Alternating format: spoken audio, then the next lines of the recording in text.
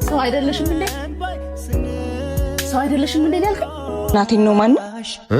ይቅርታ እናትሽ አልመሰሉኝ። ሌባ እናት ልጇን አታምንም ማለት እኔ እንዳንተ ባለጌ አይደለም። ሰማለህ ልጅ እያማረኝ መሀንነትን ተቀብዬ የምኖረው ትዳሬን ብዬ እንጂ ወጣ ብል ብዙ ፈላጊ ሮት ጋሼ የምታጠባት ልጇን ትታ እንድትመጣ ያደረገችው አባርሻለሁ ብላ አስፈራርታት እንብዱኝ ወይ ያማል እንዴ ደደብ።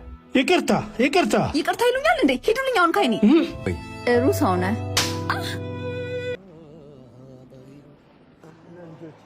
እኔም ለልጆቼ ዛሬ ሁላችንም የምንኖረው በትልቅ ድራማ ውስጥ ነው። በየመንገዱ የምናየው ያማረ ልብስና የተበጠረ ጸጉር የደላው ህይወት ሳይሆን በኩራት የተሸፈነ የኪሳራ ካባ ነው። ሁላችንም ተፋፍረን ነው እንጂ ቸግሮናል። እኔም ቸግሮናል። ባርኮት ምንድን የሰራው?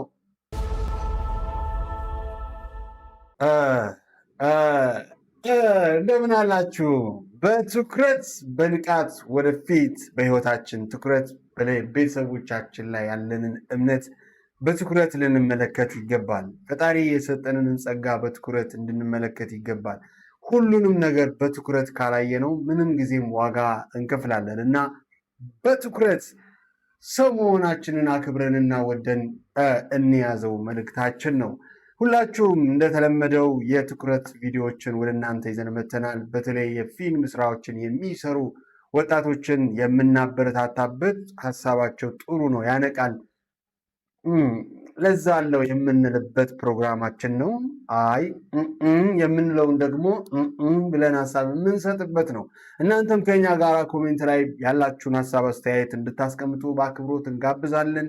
ያነቃንን የተመቸንን የኮረኮረንን ቪዲዮዎች ይዘን መተናል። እንደተለመደው ሰብስክራይብ ይደረግ፣ የደውል ምልክቷንም ተጫኑ። ወይም ደግሞ ቲክታክ ላይ እየሄዳችሁ ከ150 ሺህ በላይ ተከታዮች አሉን። ሁላችሁም እንግዲህ በተለይ በቲክታክ ላይ የምታወቅበት ዋናው ስራዬ ቻሪቲ ነው ከፊልም በላይ እና ስለዚህ ቻሪቲ ስራ ለጊዜው እንግዲህ አቁም ያለውኝና እግዚአብሔር ይመስገን የአንድ ህፃን ልጅ ልብ በማሳከም ውስጥ እጅግ በጣም እድለኛ ነኝ ብዬ አስባለሁ። መልካም ስራዎቻችንም እንዲቀጥሉ እኛም ደግሞ የተሻሉ ስራዎችን ወደ እናንተ ይዘን እንድንመጣ ሰብስክራይብ ያደረጋችሁ ይህ ቤታችንን እንድታደምቁት በአክብሮት እንጠይቃለን። ይህ ቻናል አንዳችን ነው፣ ድንቅ ትኩረት በሚለው ሰይመነዋል። ድንቅ ትኩረት ለህይወታችን ትኩረት የፊልም ስራዎችን የምንቃኝበት ነው። ሁላችሁም ወደ ቪዲዮ አብረን እንሂድ። ወደ ዛሬ ቪዲዮችን ስናልፍ እንደተለመደው እንግዲህ የዳሽን ባንክ አዋርድ በተመለከተ ብዙ ወጣቶች እየነቁ ነው ያሉት እና ሽልማቱ ላይ ለመሳተፍ ሽልማቱን ለማሸነፍ እጅግ በጣም በሚገርም ሁኔታ ወጣቶች የፊልም ስራዎቻቸውን እያቀረቡ ነው ያሉት። እንግዲህ ብዙም ከማይታወቁት ይዤላችሁ መጥቻለሁ። ዛሬ ደግሞ እንግዲህ ይህ ፊልም ገጠራማ አካባቢ ባለው የሂስቶሪ አካሄድ ወይም ደግሞ የኑሮ ታሪክ ውስጥ መነሻ አድርጎ እዛ ላይ ነው የተሰራውና ፊልሙን አብረን ቅንጭብ እያደረገን አብረን እናያለን። ወደ ፊልሙ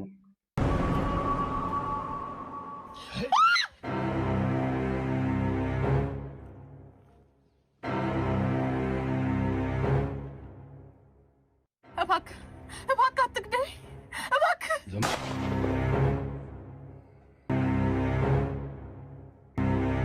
ሽጉጥ ነው ደግሞ አንተ የተጠቀሙት።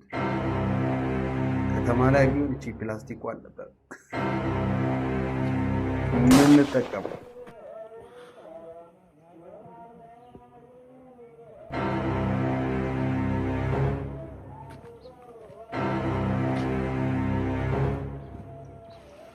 አንተ አካባቢው እንዴት ነው የሚያምረው? በማርያም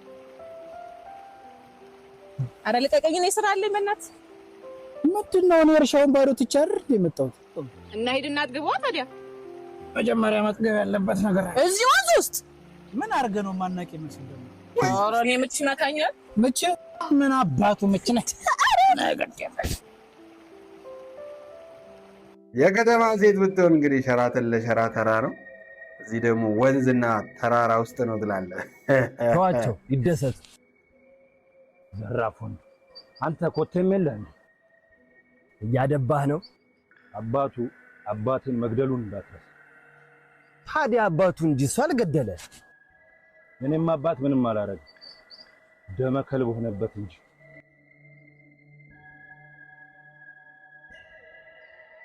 ይሄ በቀል መቼ ነው የሚያቆመው? ግን አባቱ አባቴን ገደለ። ስማው ወልድ መንፈስ ቅዱስ። ኧረ እንተው በቀል፣ ኧረ በቀል ይቅርብን።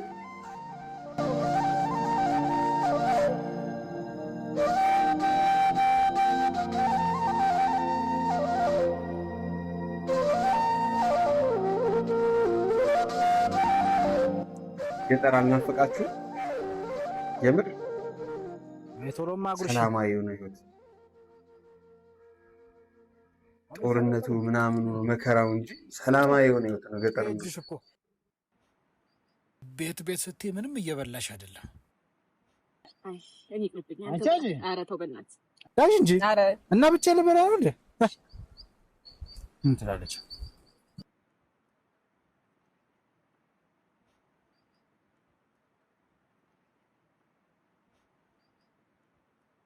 ይሄ ነገር እየተደጋገመ ነው። ምንድን ነው? አባሮ ሊመጣ ነው መሰለኝ። እስኪ ሙት በይ ጋሼ። ምን በወጣ እኔ ልሙት? አባሮማ ተወልዶ ወይም ማውራቱ ነው። እሱ የፈጣሪ ስራ ነው። አንተ ኧረ ልጅ ተወልዶልኛል።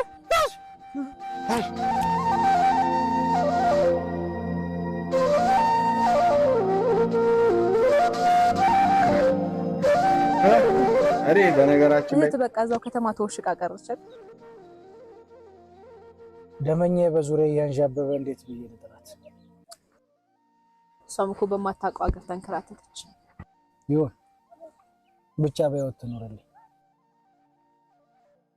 እስቲ ከሰሞኑን ወደ ከተማ የሚዘልቅ ሰው ፈልጌ ገንዘብ ልክላታለሁ። አይ አንተ ዘመኑ ተራቆ በዳሽን ባንክ በኩል መራክ ሲቻል ገና ተሰልፌ። እሱ የቆየ ታሪክ ነው አይደለም? በዛ በትልቁ ስልክ በዚች ስልክ ራሱ መላክ ትችላለህ። አየኔ ቅም እንዴት ህይወቴ እንደምታቀይልኝ እኮ እና በላሁን ላሳይ። ኧረ ወደዛ አንቺው እዛው ላኪላት። ታው እኔ ሁሌ አልኖር አድቤ አንቺ ካንቺ አስቀድመኝ። ምን አይነት ወሬ ነው የምታወራው? ኧረ በቃ ተውኩት። ተይኝ እስቲ እባክህ ተውኩት። በቃ እኔ ራሴ ልካለሁ። እኔ ራሴ ልካለሁ።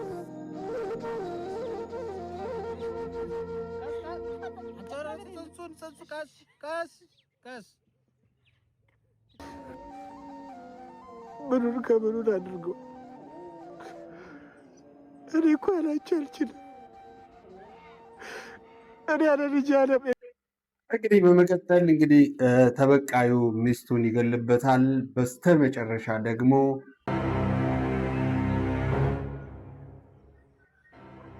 እዛ ይጮዋል ማለት ነው። ሲጮው እንግዲህ ያው ይሄኛውም ሚስቱን የገደለበት ይተኩሳል።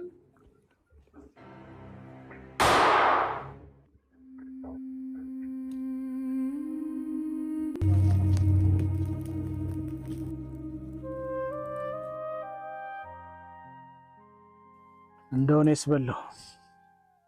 የእናቴ ልጅ እንዴት ሆነ ይሆን? አታስብ፣ አፈላልጌ አግኝቻታለሁ። ደህና ናት።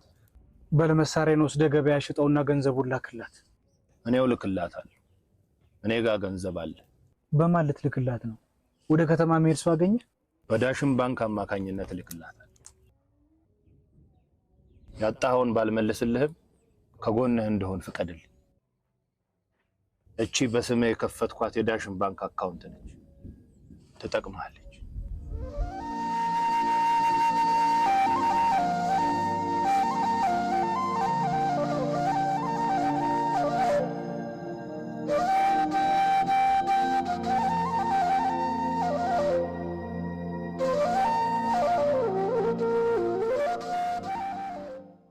ብገድልም ራሴ ነው።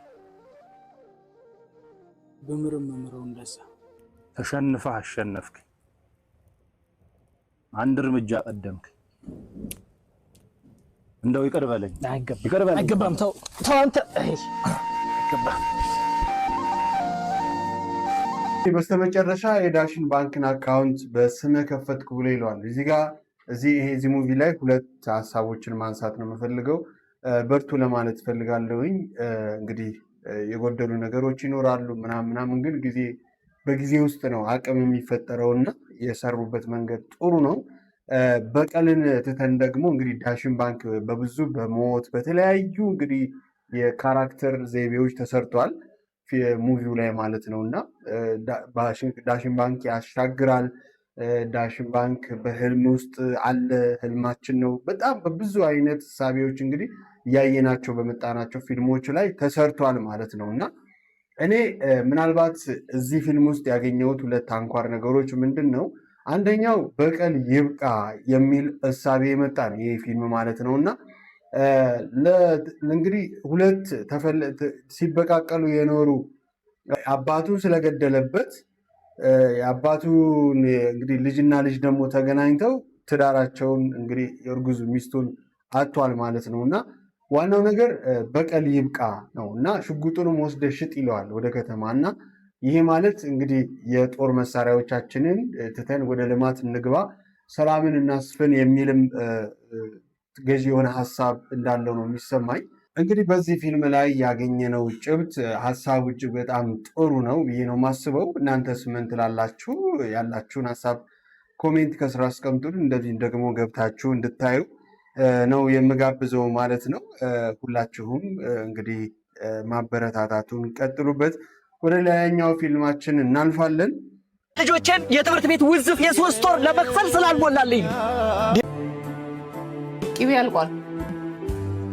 5 ኪሎ ግዛ ብዬ ነበር። እሺ በርበሬ፣ ዘይት፣ አጠቃላይ የቤት አስቤዛ አልቋል። እሺ ስላልሞላልኝ ነው ትላለህ እንዴ? ምንድነው ስላልሞላልኝ? ስላልሞላልኝ ነው አልኩሽ አይደል እንዴ? ሙሉ ግቢ መከራየው የቤት ኪራይ 50 ሺህ ብር ለመክፈል ስላልሞላልኝ ነው እንዴ? ይሄንን እንኳን ሳታሟላ ትዳር ላይ መጠጠል አልነበረብህም። ምን ነው እንዴ? የልጆችን የትምህርት ቤት ውዝፍ የ3 ወር ለመክፈል ስላልሞላልኝ ነው። ሌላው ቀርቶ በዱቤ የወሰድሽውን የሁማን ሄር እና የመዋቢያ ኮስሞቲክሶች 45 ሺህ ብር ለመክፈል ስላልሞላልኝ ነው። ምን ነው እንዴ? አይ ሰው አይደለሽ እንዴ? ሰው አይደለሽም እንዴ? ሰው አይደለሽም እንዴ ያልከኝ? አሁኑኑ ፍቺ እፈልጋለሁ። አሁኑኑ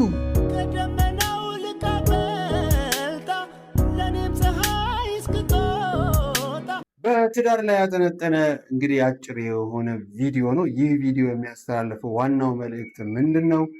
እኛ ባልና ሚስቶች ተሳስበን መኖር አለብን። እንግዲህ አንዳንዴ ከአቅም በላይ ከሁማኔር ጀምረው መከራ የምታበሉ ሚስቶች አላችሁና ልክ አይደለም እንግዲህ የሚል እሳቤን ይዞ የመጣ ነው። የወንድ ልጅንም መከራ የህይወት ውጣ ውረድ እንዲሁም ደግሞ ስላልሞላልኝ ነው ሲልም የማትረዱ ግን ወንድ ልጅ እንዲሞላለት ቤተሰቡን ለማስደሰት የሚከፍለው ዋጋ እያስከፈለው ስላለና ሁልጊዜም በጡዘትና በአይምሮ ራስን ማጣት ውስጥ ብዙ የሚባክኑ ወንዶች አሉና በዚህ በተቃራኒ ሁሉም አያስብም ማለት አይቻልም።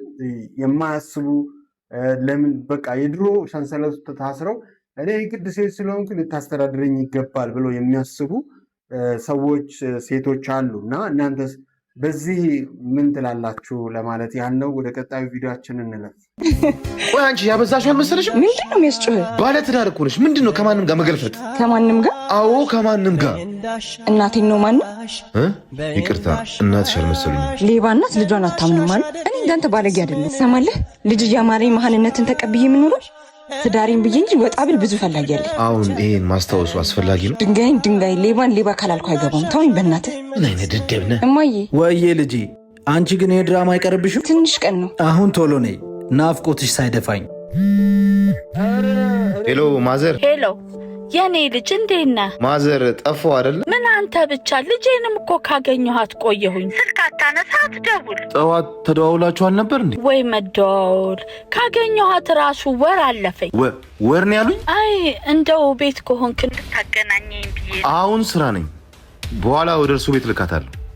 አያስቡ። ከየት ነው የምትመጪው? ሁሌ ከእናቴ ቤት ነው የምመጣው እያልኩ አንተን ማስረዳት አይጠበቅብኝም። እስኪ አንቺ ስልክሽ።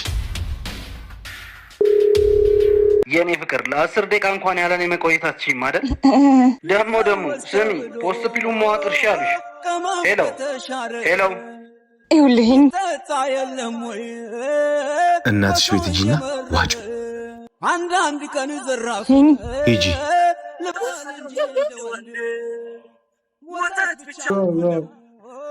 አቤት ውርደት! ተው ግን አንሻወት። አሜዚንግ! እባክህን ቴዲ ልጄ ጡት ፈልጋ እያለቀሰች ነው አሉኝ። እኔንም ቦታ ሸፍንልኝ። እሺ ሂጂ፣ ችግር የለም። 10 ደቂቃ ብቻ። ወዴት ነው? በስራ ሰዓት። 10 ደቂቃ ልጄ። እኔ እኮ ልሸፍንላን ነው። አንተ ምን አገባ? ድርሻን አሰራ። ቆይ አንቺ አባትሽ ቤት አረግሽው እንዴ? እኮ ለትርፍ የሚሰራ ቤት ነው። ታዲያ ልጄ ተረባ እኔ እዚህ ልቆይ? እንግዲህ አሁን ስራው ልቀቂውና አንቺም ስትራቢ ይገባሻል። እሺ እለቃለሁ። ምንድነው ፍሬዎት? ችግር አለ እንዴ? አይ እሷ መስራት አልሆነላትም። እየሸኘኋት እንዴ። ዮርዳኖስ ሲጀመር ራስ አልነበርሽ እንዴ? ለምን ገባሽ? እሷ ናታ። አይ ጋሼ ቤቱ ሰው ስለሌለው ትስራ ብዬ ነው። ቲፑም ይጠቅማታል። ምን አይደለም ጋሼ። አንቺ እንዴ ዝም በይ። ትንገረኝ። እኔ ልንገሮት ጋሼ፣ የምታጠባት ልጇን ትታ እንድትመጣ ያደረገችው አባርሻለሁ ብላ አስፈራርታት። እንደገና ደግሞ አሁን እንኳን ልጅሽ አለቀሰች ተብሎ ተደውሎላት ልትሄድ ስትል ነው ልታባራት ነበር። ምን ጉድ ነው የምትነግሪኝ? እኛ ከእሷ ጋር መስራት ሰልችቶናል። አንተ ያማሃል እንዴ ጋሼ? ዝም በሉት። በጣም ስለ መቆጣጠራችሁ ላይ ያጣሉን ፈልገው ነው። ዝም በይ። ሴት ሆነሽ ሴት ላይ የምጨክኝ አረመኔ! አሁኑ ነው ውጭ። እንዴ እኔን ጋሼ ውጪ! አይዞሽ፣ በጣም ይቅርታ። አሁኑ ነው 4 ወር ደሞዝ እልክልሻለሁ። ስጠነክሪ መተሽ ስራ ትጀምሪ። እሺ፣ በጣም አመሰግናለሁ። እባክዎትን አባባ እስከመጣ ድረስ ይሸፍኑልኝ። እሺ ልጄ፣ ምን ሆነሽ ነው? እናቴ። እሺ ቀስ በይ። አይ መከራዋ እቺ ልጅ። አይ መከራዋ። ሄይ እዚህ ጋር ምንድነው የተዝረከረከው? ማነሽ? ፍጹም የታለሽ? ፍጹም ወይ ይኸውልሽ፣ አሁን እየተጣደፈች ወጣች። እቺ ዘልዛላ ስራ ጥላ ነው ትንዘላዘለው። ወይ እንደሱ አይደለም ልጄ፣ እናቷ ታመውባት እኮ ነው አሁን ሄደችው። እኔ ስለሷ እናት ታመመች ሞተች ምን አገባኝ? ስራውን ማን ይስራላት? እስክትመጣ እኔ ራሴ አገዛታለሁ። እናቴ እና ምን ይገትራል? ሂዳ በቃ ወደ ስራ። ብሽቆች። እሺ። ፈጣሪ ሊያሳብዱኝ ነው። ወይ ያማሃል እንዴ ደደብ። ይቅርታ ይሉኛል እንዴ? ሂዱልኝ አሁን ከይኔ። እሺ። ምን ነው ወንድሜ? ምን ነው? ብርጭቆው ተሰበረ እና ይሰበራ። ምን የሰውየው ተጠፋስ መሰልሽ እንዴ? ገንዘብ እኮ ነው የወጣበት። ስንት ነው? አንድ ብርጭቆ 200 ብር። 200 ብር? ይኸው እንጂ እንዴ 200 ብር እኮ ነው ያልኩት። አንዱን ነው የሰበርኩት፣ አንዱ የሳቸው። የሳቸው? እኔማ ከደሞዛቸው ቆርጣለሁ ብዬ ነበር። እንደዛ ከሆነ ሂሳቡ ችሏል። አረ ነይ ቆይ፣ ጥሩ ሰው ነህ። አሁን ነው ሂሳቡ የቻለ። እሺ ወንድም ላይኖርሽ ይችላል፣ ባልም ላይኖርሽ ይችላል፣ አባት ግን አለሽ አይደል? ደደብ። ዋው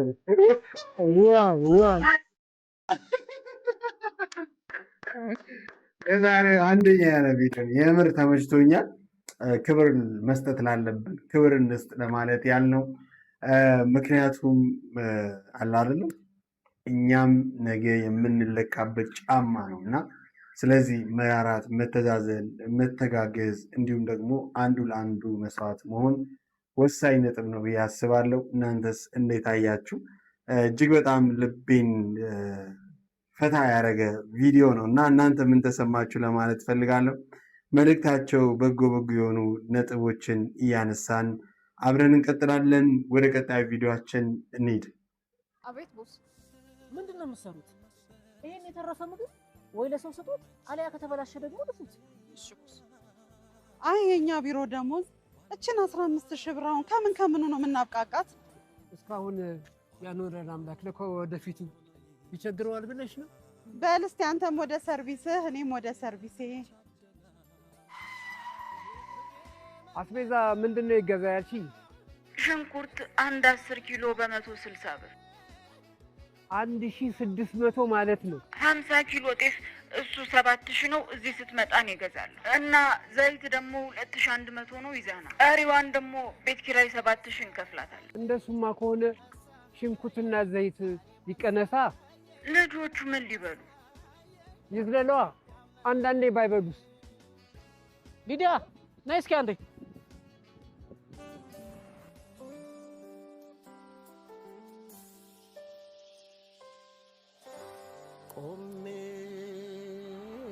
በል ሰርቪሴ መጥቷል። ደህና ሁን።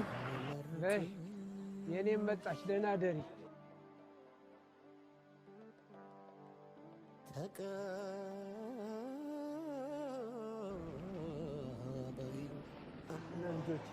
እኔም ለልጆቼ